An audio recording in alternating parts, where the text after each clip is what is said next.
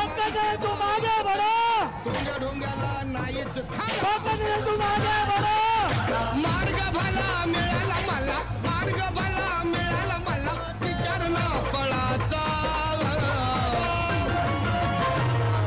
पंकज सैबाग फुलवते रे बीज पिकला कमळाचा पंकज सैबाग फुलवते रे बीज पिकला कमळाचा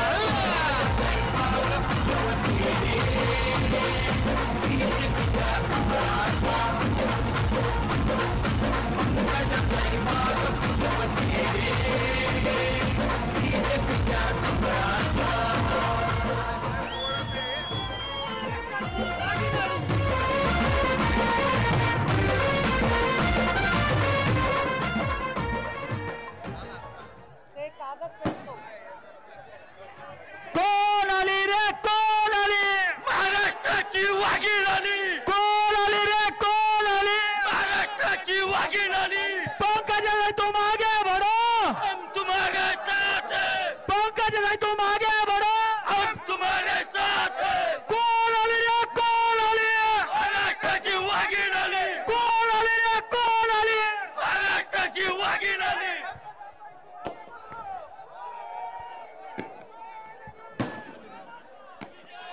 भारतीय जनता पार्टी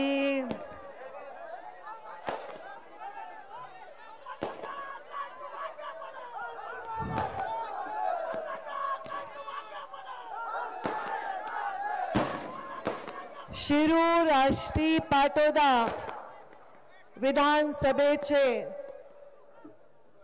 भारतीय जनता पार्टीचे उमेदवार आपल्या सर्वांचे नेतृत्व अनेक वर्ष जे करत आहेत ते सुरेश अण्णा धस आणि त्यांच्या प्रचार सभेला त्यांच्या प्रचारासाठी प्रयत्नांची पराकाष्ठा करण्यासाठी मंचावर उपस्थित या जिल्ह्याचे आता नवनिर्वाचित प्रभारी अध्यक्ष शंकर देशमुख राष्ट्रीय अध्यक्ष ओबीसी मोर्चाचे आणि आपल्या विधानसभेचे प्रभारी त्यांना खास राष्ट्रीय नेत्यांनी मोदीजींनी अमितभाईंनी आणि आमच्या नड्डाजींनी पाठवले इथे ऑब्झर्वर म्हणून ते माझ्या मध्य प्रदेश बरोबर आहे ना मेरा कुठे गेले मेरा मध्य प्रदेश चे चंदूलालजी साहू ज्यांनी मुंडे साहेबांवर काम केलंय आणि मुंडे साहेबांवर खूप प्रेम करतात नगर अध्यक्ष रोहिदासजी गाडेकर युवा सेना जिल्हा प्रमुख ॲडव्होकेट रविराज बडे भारतीय जनता पार्टीच्या अल्पसंख्याक आघाडीचे अध्यक्ष फैयाज शेख सुखदेव अप्पा सानप अरुणजी भालेराव आरपीआयचे तालुकाचे अध्यक्ष अभिजित शेणगे श्याम महानवर राष्ट्रीय समाज पक्षाचे तालुका अध्यक्ष भाजपचे तालुका अध्यक्ष सुरेश उगल मुगले शिवसेनेचे पदाधिकारी आहेत तिथे मंचावर राहुलजी चौरे किरणजी चव्हाण भरतजी जाधव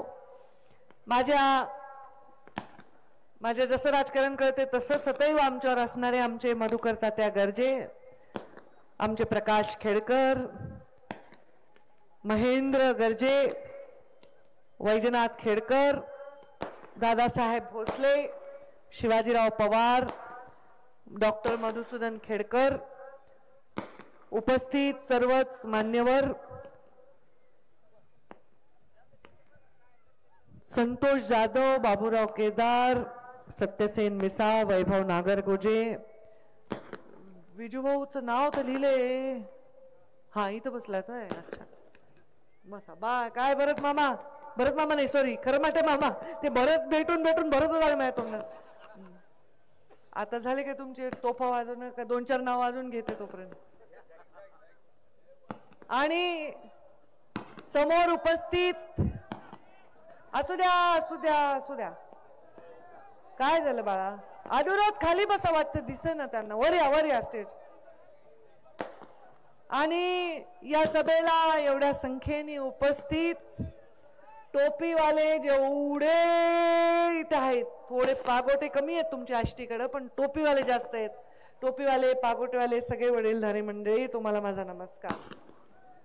आणि जोशपूर्ण घोषणा देऊन फटाका वाजला आणि त्याच्यामुळे ते आधीचे उडलेले कागद आणि पेट धरल्यावर ते बुजवायला आले. बरोबर आहे. माझा जीव वाचवण्यासाठी स्वतःला पळून घेतलं माझ्या भावांनी, ते सगळे युवा बांधव. आणि एवढ्या संख्येने या सभेला आवर्जून उपस्थित असलेल्या माझ्या मायमाऊलींनो, मी आज भारतीय जनता पार्टीचे उमेदवार सुरेश अण्णा धस यांच्या प्रचाराच्या सभेला आलेले आहे. आज आपल्या बीड जिल्ह्याकडे सगळ्या महाराष्ट्राचं लक्ष आहे, कारण हा बीड जिल्हा आणि बारामती हे दोन असे मतदारसंघ होते लोकसभेचे, ज्याच्यामध्ये खूप वेगळी लढाई व्हायची. कधीही आपल्याला वाटलं नाही अशी युती राज्यामध्ये झाली. आणि ती युती झाल्यानंतर त्या युतीशी समझोता करत करत लोकसभेला आपण सामोरं गेलो. आपली लोकसभा ही वेगळी लोकसभा होती, पण पक्षाची राज्याची जी लोकसभा होती त्यामुळे हे सगळे चिन्ह एकत्र आले. जेव्हा मी लोकसभेला उभे राहिले होते तेव्हा माझा प्रचार ज्या सगळ्या युतीच्या माझ्या महायुतीच्या घटकांनी केला, ते म्हणाले, ताई आम्ही तुमचा प्रचार करतो.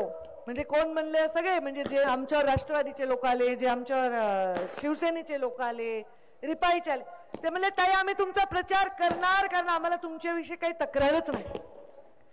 जरी तुम्ही आमच्या पक्षाच्या विरोधात होत्या तरी कधी तुम्ही आमच्या कार्यकर्त्यांना त्रास दिला नाही, कोणावर खटले केले नाही, कोणाच्या चौकशा लावल्या नाही, कोणत्या ग्रामपंचायतमध्ये हस्तक्षेप केला नाही. आम्ही तुम्हाला काय म्हणून म्हणावं? आमच्या कार्यकर्त्यांना काहीच तुमचा त्रास झाला नाही.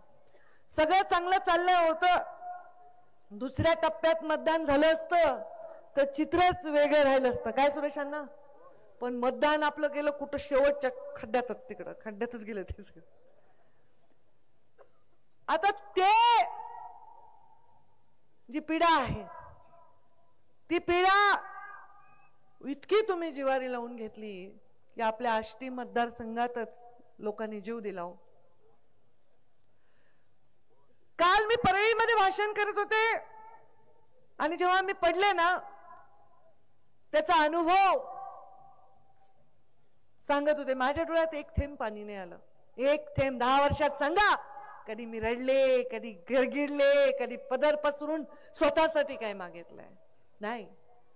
पण जेव्हा त्या लेकरांनी जीव दिला ना, मी लहान लेकरासारखी आणि जगाचा भान विसरून कोलमडून गेले.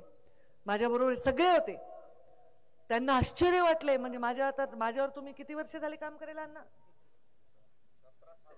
17 पासून. आधी पण होतेच की लहानपणी. आता काम करायला तितके वर्ष मी कधीच रडले नाही. झालं त्याच्यानंतर पुन्हा आता रडायचं नाही, आता रडवायचं. काय करायचंय? माझी इच्छा आहे की नरेंद्र मोदींच्या नेतृत्वाखाली या महाराष्ट्रामध्ये परत एकदा महायुतीची सत्ता आणायची.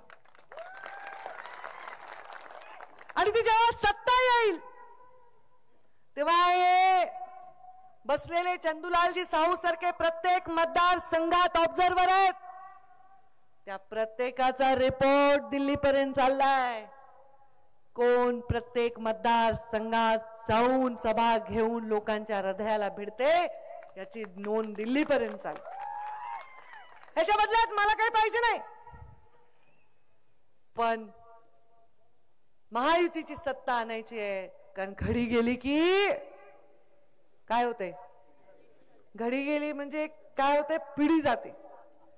मग एकदा एखादा निर्णय चुकला, कोणी राजकारणात अपवादानी, अनावधानानी, अपघातानी कधी आमदार होतात, कधी खासदार होतात, पण त्याचा पब्लिकला काय फायदा होतो, जनतेला काय फायदा होतो? काहीच होत नाही. आम्ही जेव्हा लोकसभेत प्रचार करत होतो, सुरेश अण्णांना मी काय काय काढलं लोकांनी, ते सीएच काढलं बाबा. सीए म्हणजे मोदी सरकार आलं तर काही खरं नाही, अवे संविधान बदलणार आहेत, अल्पसंख्याकांचं काही खरं नाही. मी प्रश्न केला, 2014 ते 24 मध्ये कुणाला हात लागला, कुणाला धोका दिला, कुणाच्या केसाला हात लावला? मला एवढं सांगा, किती लोकांना घरकुलं मिळाले हो? इकडं प्रधानमंत्री आवास योजनेतून घरकुलं मिळाले, अशा हातवर करा बरं तुमच्यापैकी. आता तुमचे घरकुलं मिळताना तुम्हाला कोणी विचारलं? इथे मुस्लिम बांधवांना घरकुलं मिळाले असतील ना, तुमच्याचकडे नगरपंचायत आहे, बौद्ध बांधवांना मिळालेच असतील. मग या लोकांना घरकुलं नेले, लाभ दिले, शासनाच्या स्कीमचे, आयुष्यमानचे कार्ड दिले, मोफत धान्य कोविड मध्ये गरिबांच्या घरोघरी पोहोचवलं, तर त्यांना जात धर्म कुणी विचारला नव्हता. मग मोदीजींच्या विरोधात प्रचार करण्यासाठी महाविकास आघाडीने अशा प्रकारचा खोटा आरोप करायला सुरुवात केली. ते बोलता बोलता आमचं नाकीनव, त्या नागरगोजेंचा आश्रम आहे तिथे, सुरेशांना तुम्हीच घेऊन आला होतात काही लोकांना की हे घाबरले, त्यांना वाटले आम्हाला देशातून काढून टाकतील. पण अशा प्रकारचं कुठलंही झालेलं नाही 10 वर्षात. आणि गेल्या हॅट्रिक केली मोदीजींनी, सरकार आणलं, झालं का काही? संविधान बदललं का? उलट संविधान सशक्त करण्याचं काम त्यांनी केलं. काम नको आपल्याला? दुष्काळ मुक्त महाराष्ट्र, दुष्काळ मुक्त जिल्हा नको? आता ऊस तोडायला जाणार तुम्ही, पाया पडते बाबा, पाया पडते. 20 तारखेपर्यंत हा ताईसाठी एवढं कळा, 35% भाववाढ दिली. जाऊ नका तेवढं, मी तुम्हाला हात जोडून विनंती करते. बॅगा भरून निघालेच आहेत तुम्ही, अर्धे तर गेलेच असतील तिकडं. नका जाऊ. नाही नाही, उद्या बिद्या काही जायचं नाही प्लीज. आणि गेलात तर तरी पण 19ला रात्री या, 20ला मतदान करा, मग जा. माझी विनंती आहे तुम्हाला. कारण या जिल्ह्यातून लाखो लोक बाहेर जाणार आहेत, आणि कसं तुम्ही गप्पा हाणायला विजय मिळवणार आहेत? म्हणून नाही मिळू शकत ना. जो माणूस मुंडे साहेबांवर प्रेम करतो, जो माणूस कष्टकऱ्यांसाठी झटतो. आम्ही आता किती आंदोलन केले त्याच्यासाठी, अण्णा तुम्ही केलं, 19 मध्ये केलं, आता केलं. आंदोलन केलं नाही का ऊसतोडांसाठी? ऊसतोडांच्या मदतीसाठी गेलो नाही का? मग त्यांनी जायचं नाही अशी माझी त्यांना हात जोडून विनंती. आता मी जेव्हा पालकमंत्री होते, पालकमंत्री असताना काम केलं. आता हे सगळ्यांना मांडून मांडून मांडून मी थकून गेले. कशाला मांडू? तेच तेच. मी सगळ्या गावांना रस्ते दिले, ज्या गावात कधी मला 10 मतं पडले नाही त्या गावाला रस्ते दिले. माहित नाही का लोकांना? किती वेळा सांगायचं ते? मी नाही सांगणार आहे आता ते. मी एवढंच सांगणार आहे की नियतीचा खेळ आहे बघा. मला खासदार लागूच द्यायचं नव्हतं, आमदारच लागू द्यायचं होतं, म्हणून मी परत आले इथे. बरं आता आमदार नाही मी. अण्णा तुम्ही जसे 3 जिल्ह्याचे झालतात आमदार, तशी मी आमदार आहे पूर्ण राज्याची. आता मी आष्टीची पण आमदार आहे, मी केसची पण आहे, गेवराईची पण आहे, परळीची पण आहे, सगळीकडचे आमदार आहे मी. आता मी आमदार कोण आली? महाराष्ट्राची वागी. आता मी आमदार नव्हते तरी तुम्ही कुठे गेलात? गेलात का? तहानेने मरायलात तरी कुणाच्या दारात चमचाभर पाण्यासाठी तुम्ही स्वाभिमान गहाण टाकला नाही. मला गर्व आहे तुमचा, गर्व. आणि जर कुणी मला म्हणलं की कुबेराची संपत्ती एका तराजूमध्ये ठेवा आणि या लोकांचं प्रेम, मी केवळ आणि केवळ तुमचीच निवड केल्याशिवाय राहणार नाही. अरे केवढा दसरा मेळावा दरवर्षी मी घेते. कधी नख तरी लावलं का कुणाच्या विचारांना, कुणाच्या संस्कारांना, कुणाच्या कुठल्याही स्वाभिमानाला? त्या दिवशी भाषण केलं अण्णा, मी वळून बघितलं अण्णा कुठे आहेत. अण्णा थोडं लेट झालं यायला, ट्रॅफिक केवढी जॅम झाली होती. मी बघितलं अण्णा मंचावर होते. एवढा कार्यक्रम, एवढ्या लोकांपर्यंत जाणं, एक बांधून ठेवणं, वर्षानुवर्ष लोक, समाज, सगळ्या समाज सगळ्या विचारांचे लोक। या जिल्ह्याला दृष्ट लागली कुणाची माहित नाही, पण आता ही दृष्ट लागलेली, आता आपल्याला पूर्णपणे याच्यावर निर्णय घ्यायचा आहे। येणाऱ्या 20 तारखेला मतदान आहे। मी इथे सभेला आपल्या समोर मतदानाच्या साठी उभी आहे। अण्णांचं भाषण मी उत्सुकतेने ऐकायले होते। भरपूर मुद्द्यांवर मला बोलायचं होतं। त्यांनी ते रानडुकराचं वगैरे उदाहरण दिलं। ते माझ्या परळीला वाढदिवसाला आले, रानडुकरच मारतो म्हणले। मी हसले, पण काही काढता तुम्ही म्हणून। अरे कोण जसं कधी विचार करू शकत नाही की पिकांवर, उभ्या पिकांवर रानडुकरांचा हल्ला किती भयानक असतो, हरणांचा हल्ला किती भयानक असतो। त्याला गोळी घालायला गेले तर मोरांनी ओरडले। कसं गडबडच झाली सगळी। पण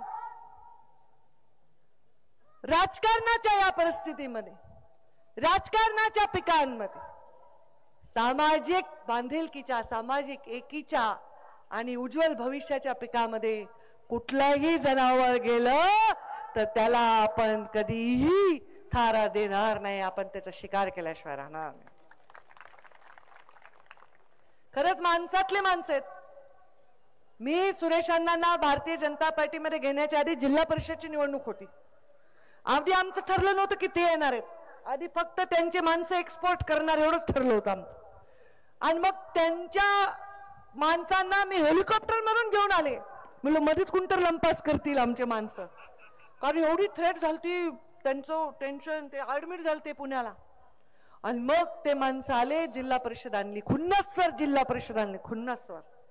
कारण मी जर ग्रामविकास मंत्री असताना या जिल्ह्याचे जिल्हा परिषद आपल्या ताब्यात नसती तर तुमच्या गावात काही चालू नसतं। ठेंगा आला असता, ठेंगा। तुमच्यासाठी आणले, तुमच्यासाठी। अण्णांना विधान परिषदची स्थानिक स्वराज्य संस्थेची उमेदवारी तेव्हा दिली। किती काम केलं, किती प्रचार केला, माझ्या डोक्याच चालत नाहीये। रात्री 3-4 वाजता मी मतदारांना पाया पडायला गेले की हे मतदान द्या। आणि लढाई साधी नव्हती, डायरेक्ट या राज्यातले सगळ्यात मोठे नेते शरद पवार साहेब त्या लढाईत उतरले होते आणि प्रत्येकाला फोन करत होते। काँग्रेसचे मत जास्त होते, आमचे मत कमी होते, तरीही 75 मत जास्त घेऊन निवडून आलो। आता एवढ्या वर्ष आपण एकत्र काम करत असताना मी युती धर्म पाळणार नाही असं कसं होईल? प्रत्येक ठिकाणी जिल्ह्याच्या पंकजाताई येणार का, पंकजाताई नाही येणार का, पंकजाताई येणार का, पंकजाताई नाही येणार का, ही चर्चा का होते बरं? बरेच लोक सभेला गेले ना, माझ्याही आले ना, बरेच लोक माझ्या बरोबर फिरत होते ना, माझ्या गाडीत फिरत होते ना, माझ्या बरोबर प्रत्येक बूथवर मी गेले की नमस्कार करायचे। मी म्हणायचे चांगलं चाललंय का, हो हो म्हणायचे ना। अहो मी किती म्हणजे गेवराई बीड मध्ये अशा बूथवर गेले, दोन्ही बूथ एजंटच नव्हते, तरी 96,000 गेवराईच्या 72 जनतेने मत दिलेत। बूथ एजंट नव्हते तिथं। पण माझ्या सभेला का महत्व आहे? कारण पंकजा मुंडेवर प्रेम करणारा माणूस कशानेच विकला जात नाही, कशानेच। राजकारणात सगळ्यांनी, मी सुरेशांना तुमचं एका गोष्टीसाठी कौतुक करणारे, तुम्ही प्रेम मिळवलंय राजकारणात, असं नाही की नाही, लोकांचं तुम्ही प्रेम मिळवलंय। राजकारणामध्ये प्रेमाबरोबर विश्वास हेही आत्ताच्या राजकारणाची अत्यंत आवश्यकता आहे।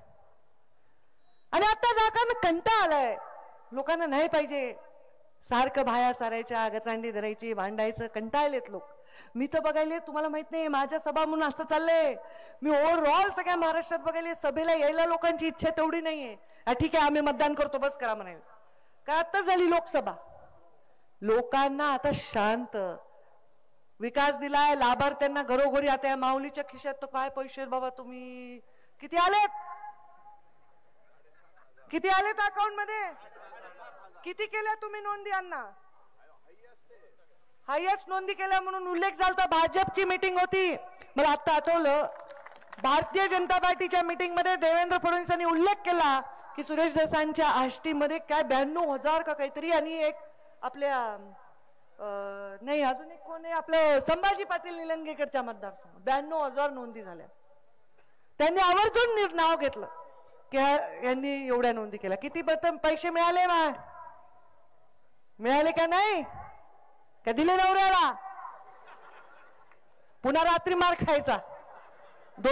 काही लोक जातच असतील ना, लावून येतात लोक, काय करायचं. मला ज्या गावात जाते बाया म्हणते दारूबंदीच करा, आणि माणसं म्हणतात नाही. मी तुमची दारूबंदी केली की हे उलटवून मत देतात. माझ्या बायकांना 7,500 रुपये मिळाले, बरोबर आहे. मग ते काय तुम्ही ठेवले ना. आपला सख्खा भाऊ असेल ना, किती ओळणी टाकतो प्रकाश बहिणीला, बहीण आहे का? किती ओळणी टाकतो बाबा? 500. तू किती टाकतोस? हसायलाच त्याला. सुरेश तू तर करोडपती आहेस, तू किती टाकतोस? 100 टाकतो. तुझा मेवना आहे का तो? तुझा मेवना असेल ते. महेंद्र तू किती टाकतो? तुम्ही किती टाकता अण्णा? 5-10 लाख तर टाकावं लागेल ना. 1000. विजूभाऊ तुम्ही? हा,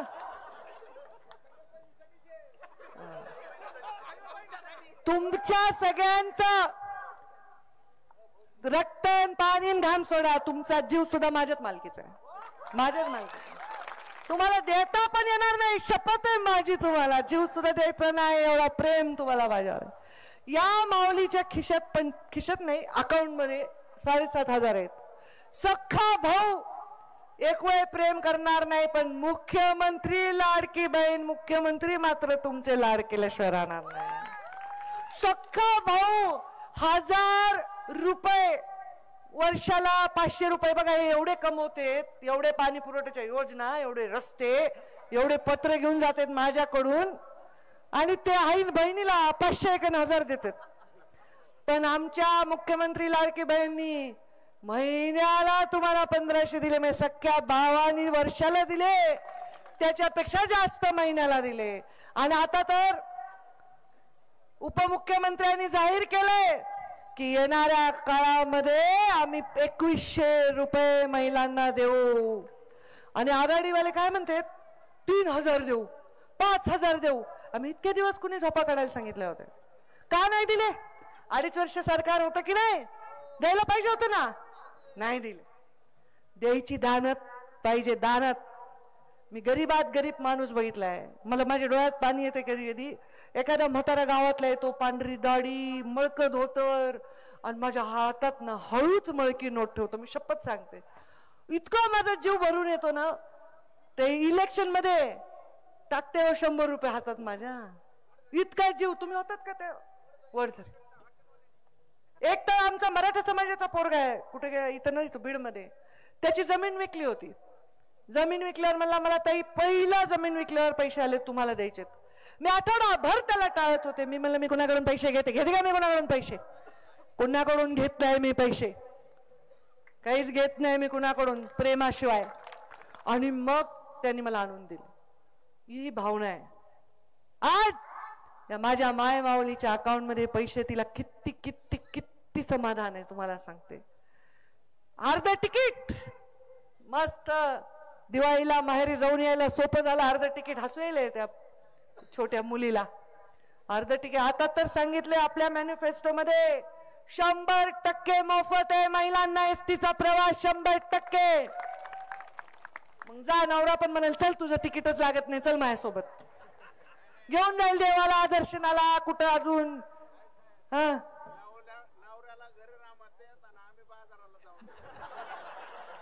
हे तुम्ही तुमचं दुःख सांगायलात का अण्णा? अण्णा म्हणाले नवऱ्याला घरी बसवतो ना, आम्ही जाऊन येतो म्हणते. सगळ्या नवऱ्यांचं हे दुःख झालंय आता. महिला हुशार होत्या हो, तुम्ही बांधून ठेवल्या. महाकाली, महालक्ष्मी, महासरस्वती महिलांनीच चालवलंय जग. राक्षसाचा थैथयाट झाला तर कधीच सांगा विष्णूनी आणि महादेवानी मारलंय. महाकालीच आव्हान केलंय आणि राक्षसाचा अंत करायला सांगितलंय. अरे महालक्ष्मी समुद्रामध्ये लोप पावली तर तोपर्यंत महालक्ष्मीला समुद्र मंथनातून बाहेर काढलं नाही ना. देवाला चैन आहे ना राक्षसांना चैन आहे.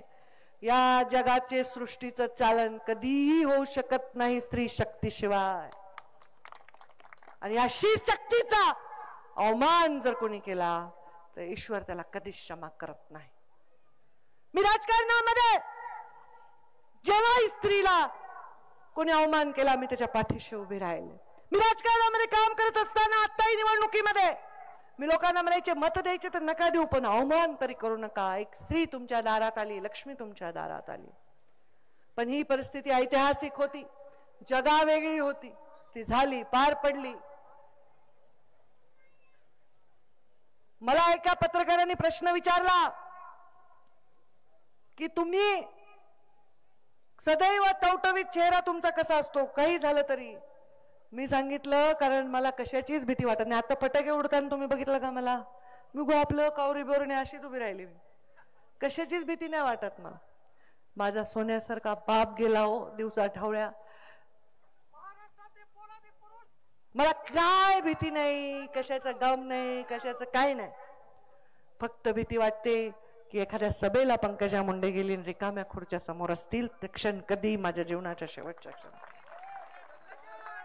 माझ्या सभांचं महत्व का जगभर सभा व्हायल्यात, जगभरच्या नेत्यांच्या व्हायल्यात, कारण या सभेने आलेला माणूस कधीही दगा देत नाही, कधीही अयोग्य निर्णय करत नाही.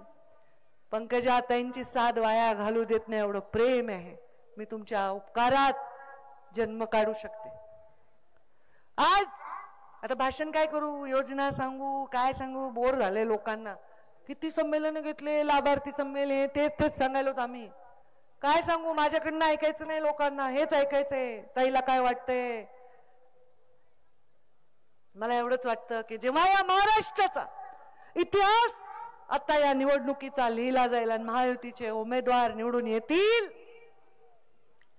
आणि सत्ता प्रस्थापित होईल तेव्हा पंकजा मुंडेचा वाटा त्याच्यामध्ये असावा आणि त्याच्यामध्ये आपल्या आष्टी मतदारसंघातून आपण आपला हक्काचा उमेदवार तिथे मुख्यमंत्री आपला करण्यासाठी हात वर करायला पाठवा. एवढीच मी तुमच्याकडनं मागणी.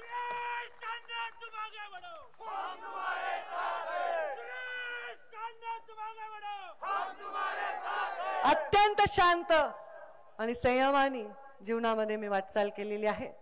जो माझ्या बरोबर आहे त्याला मनाने दिलंच आहे आणि मी माघारी करणारी नाही. मला अण्णांचं आश्चर्य वाटलं की एवढं लंब का चाललं की यांचं तिकीट तर ठरलंच होतं. मला हे 2 महिने आधीच माहित होतं की गेवराई त्यांना जाणार आहे आणि आष्टी आम्हाला येणार आहे. आष्टीत त्यांचं तिकीट ठरलं होतं आणि मला माहित होतं तरी लटकले लांबले, मला कळेच ना काय झालं. पण ठीक आहे, जे झालं त्या दिवशी जाहीर झालं, त्यांनी फॉर्म भरला, आता ते उमेदवार आहेत आणि येणाऱ्या 20 तारखेला मतदान आहे. मी विनंती करताय तुम्ही सर्वजण मोठ्या मनाने मोठ्या मतांनी त्यांना विजयी करा, त्यांच्या पाठीमागे आपली शक्ती उभी करा. एवढेच विनंती करते आणि माझ्या वाणीला विराम देते. जय हिंद, जय महाराष्ट्र. हॅलो.